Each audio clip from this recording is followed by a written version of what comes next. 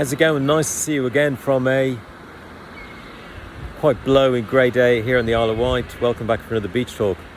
Now, around 27 years ago, I was in a phone box in North London. I whiffed badly. The smell of piss and bleach were competing for my senses. And I was on a call to a recruitment consultant. I was holding the phone between one finger, one thumb away from my head. I just had a job interview. It was around 9 a.m. and I was up in Highgate. And I reckon when I walked into this interview, within the first couple of minutes, I knew I was too young and too inexperienced for who they were looking for. And it was a bit of a theme with the interviews I was doing. I was 23, I'd qualified in ACCA around 4 weeks. I'd moved straight to London and I had a couple of recruitment consultants who were pretty keen to put me forward for certain jobs. Even though I'd landed in London looking to try and get a job in the city, they quickly persuaded me that if they did, within a couple of years I'd be asking them to escape the city.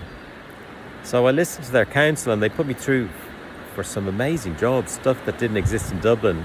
Fashion brands, big retail brands, European Tour Golf, football clubs, computer gaming companies.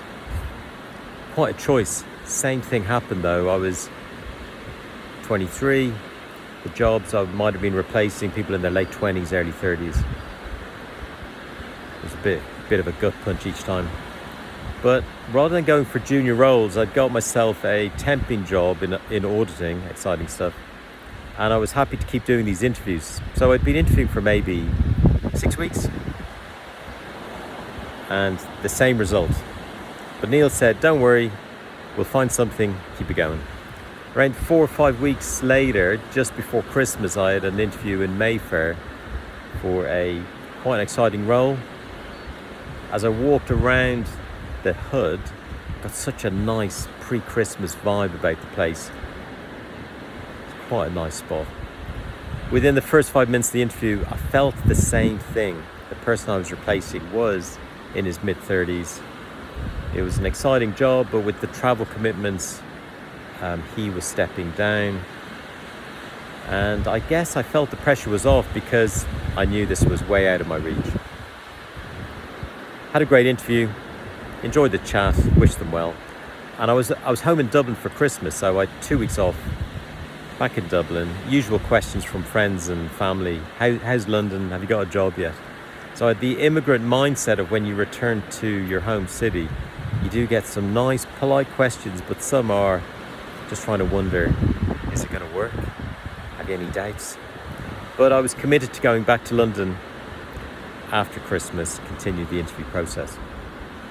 So I went back to London, got back to the house share, and there was some messages on the answer machine, old school.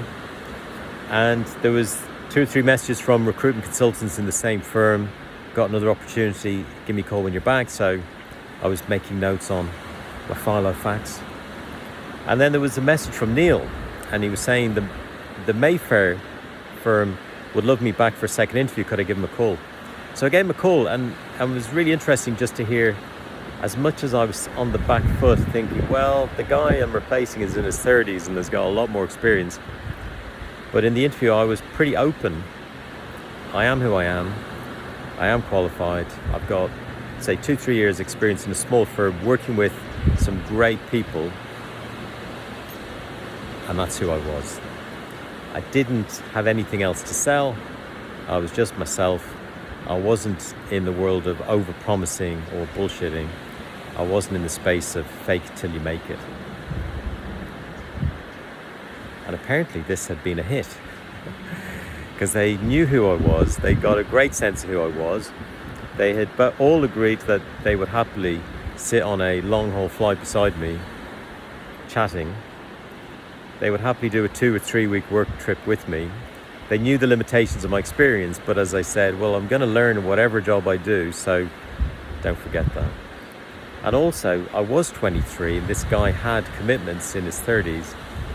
I was somebody who was just a better fit for this team. So in a weird way, keep the faith, but in a weird way, this had all counted for me, not against me. Finally, I was in an interview where everything I had, I saw as a challenge.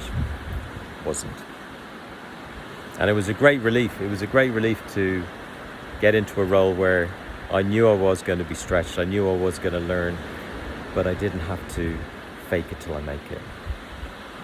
So it leaves me curious. Have you ever been in a position, interview, pitching to investors, where you have asked yourself, do I fake it till I make it?